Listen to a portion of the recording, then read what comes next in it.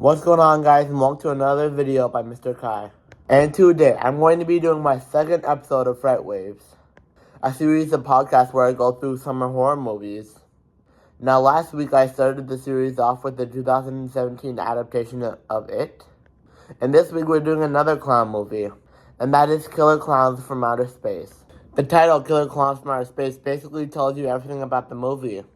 These alien clowns are terrorizing the town of Crescent Cove, with some hilarious scenes and some great special effects. Now, when Killer Klowns from Outer Space came out in 1988, it had some very mixed reactions. But over time, it would grow itself a huge fan base. Now it's one of the well-known B-horror movies.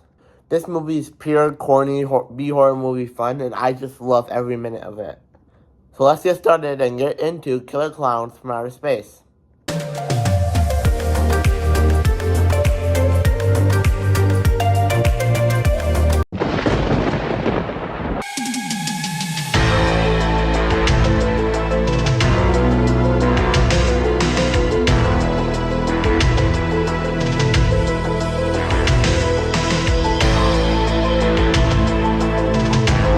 The movie starts with this totally rad opening credits.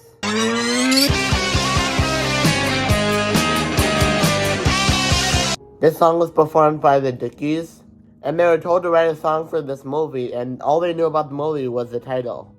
So they used the title of this movie and kind of used it as a theme for the movie. As the song goes on, we get to see our typical Friday night from Crescent Cove. We get to see people at the local burger joint, Big Top Burger, a grumpy cop looking like he's on a stakeout, and oh yeah, Teens at the Top of the World, a makeup place. Just as scenes are going on, we get the most hilarious dialogue in the whole movie from the Terenzi brothers, these two jokers. I'm Jojo, the ice cream clown, with the bestest ice cream in town. We'll give you the stick, you give it a lick, and it'll tickle you all the way down. Yeah, I wouldn't want to buy ice cream from them either, freaking weirdos. The teens are obviously not amused, and they end up throwing beer cans to make them go away. We then get to meet our two main couples of the movie, Mike and Debbie. Mike chuckles and says that he's friends with the Terenzi brothers.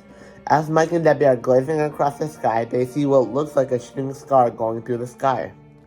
It catches the attention of Debbie, and she wants to go look for it.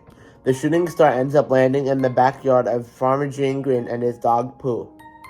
Farmer Gene Green is convinced that it's Halley's Comet, and he takes his dog Pooh to go look for it. But when they get close enough, they realize it's not Halley's Comet at all, it's a circus tent. As Farmer Gene Green is furtherly investigating the tent, Pooh is then suddenly kidnapped in a net from a shadowy figure. Farmer Gene then finds his dog's rag, meaning that, yeah, it's pretty safe to assume that Pooh is dead. And we get another hilarious line that I say to myself every time I watch this. I'll tear this thing apart with my bare hands! As Farmer Gene tries to tear down the tent, he gets electrocuted and the shadowy figure pops out into the open. And that is when we get to meet our first killer clown, Jumbo. Now might be a good time to say that all these clowns have these weird names like Fatso, Shorty, Slim, and all these other weird names, and I think they're pretty funny. But Jumbo then finishes off Farmer Gene. He's with his Pooh Bear now. Okay, the clown makeup in this movie is fantastic. The crew made this all by hand, and the makeup effects, I think, are really good. Now might be a good time to meet our two cops of the film, Officer Dave and Officer Mooney. Officer Mooney is the grumpy cop that we saw earlier, and he does not like kids, he does not like anybody. He's just like one of those grumpy neighbors, kind of. And Dave is Debbie's old boyfriend. Officer Mooney brings these two guys in. Mooney wants to take the guys in because they were caught underage drinking, and then Mooney just ended up throwing them in the slammer. As Mike and Debbie are out looking for the shooting stars, they find their circus tent. Debbie thinks that they should keep looking, but Mike wants to go in and investigate. Mike finally convinces Debbie to go inside the tent, and inside the tent are these like weird shapes and vividly light colors, and I think it looks great. Mike and Debbie then find this big control room, and despite everything, Mike still somehow thinks it's an ordinary circus tent. After that, they go into this room with cotton candy cocoons hanging up. This is easily one of the best scenes in the movie. Mike then tears off a piece of the cotton candy, revealing a dead body. After the horrific thing they just found, they get discovered by two clowns, Rudy and Spiky. Mike and Debbie are now running for their lives as Rudy and Spiky chase after them. The clowns in this movie also have like weird gadgets, like this weirdly shaped ray gun and a popcorn gun. Rudy grabs the popcorn gun, and Mike and Debbie escape, but not without getting shot at with popcorn. We'll come back to that later. Mike and Debbie then trying to escape through the car, and then that's then that we get this really weird close-up of a clown, and then they drive away and they escape. Debbie tells Mike that she has a friend at the police station that they can help him. Then we get another walkthrough with the clown with this very epic guitar music going on, and I just love it.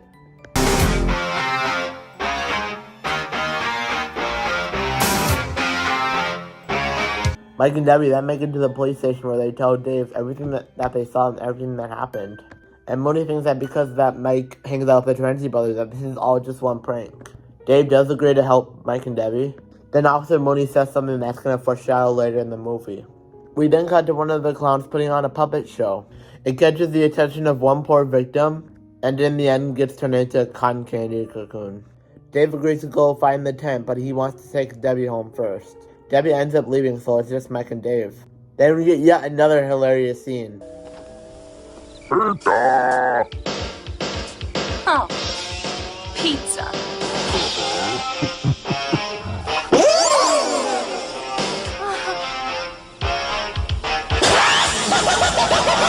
After Mike takes Dave to where they saw the tent, he realizes that it's not there anymore, and that all that's left is a huge hole in the ground. Dave then arrests Mike. This starts a pattern in the movie where you can tell the whole movie that Dave does not like Mike. Mooney was right, huh? Got nothing better to do but cause problems. It's obvious she goes for laughs, not stability. We then get another great scene.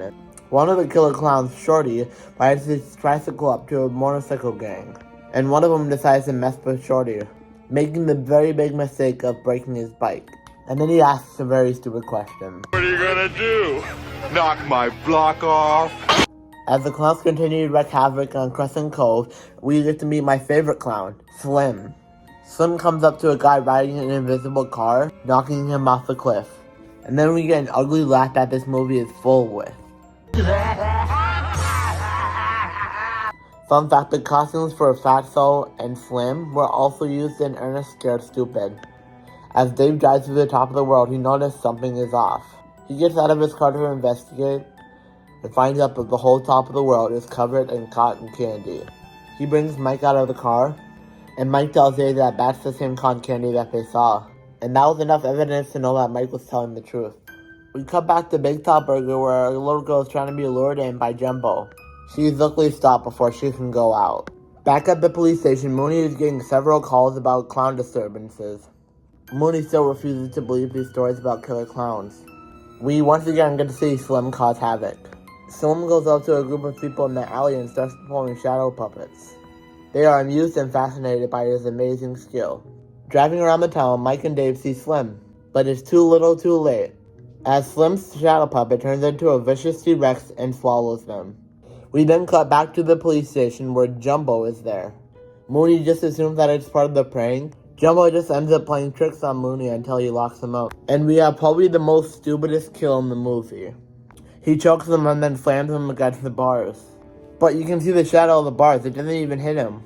Jumbo then kills the two guys from earlier. Mike and Dave split up so Mike can go to the Terenzi brothers and Dave can go back to the police station. Mike finds the Terenzi brothers by their truck.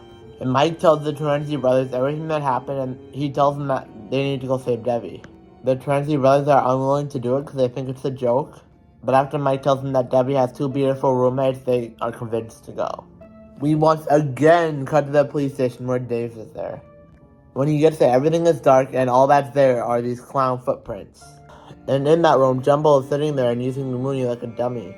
Jumbo starts talking in Mooney's voice and tells Dave that he doesn't need to worry because all they want to do is kill him. You still think they can make a dummy out of you, Mooney?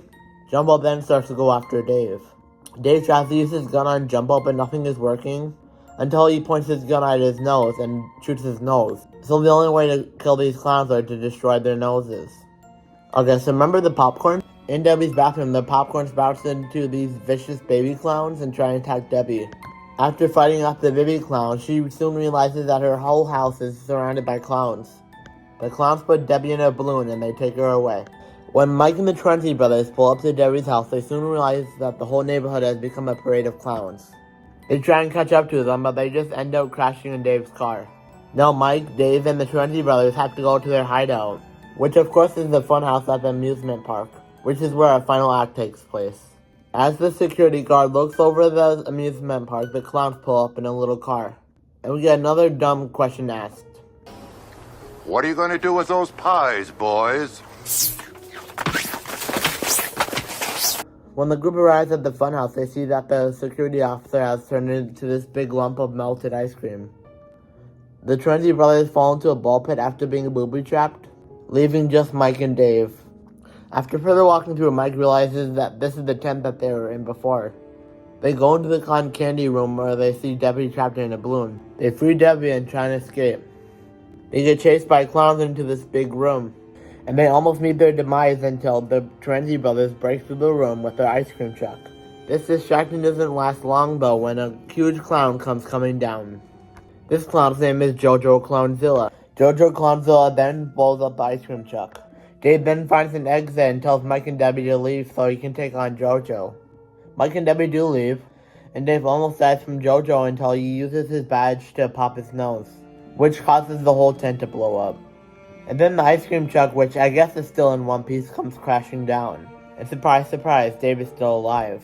And so the Trinity brothers for some odd reason. Like, didn't they get blown up? And the movie ends with the characters looking up in the sky and getting pied in the face. And that is the whole movie. Here are some fun facts you maybe didn't know. The movie had a $2 million budget. Jojo Clownzilla was played by one of the producers. The movie was made by 3 brothers. And finally, because of Disney, the second film has been in development hell for decades. But I really appreciate you guys for checking out my second podcast video. If you haven't seen the first one, please go check it out. It helps me, helps the channel, helps you guys. And I just want to say thank you for checking out this video. And I'll see you guys next week. Okay, bye.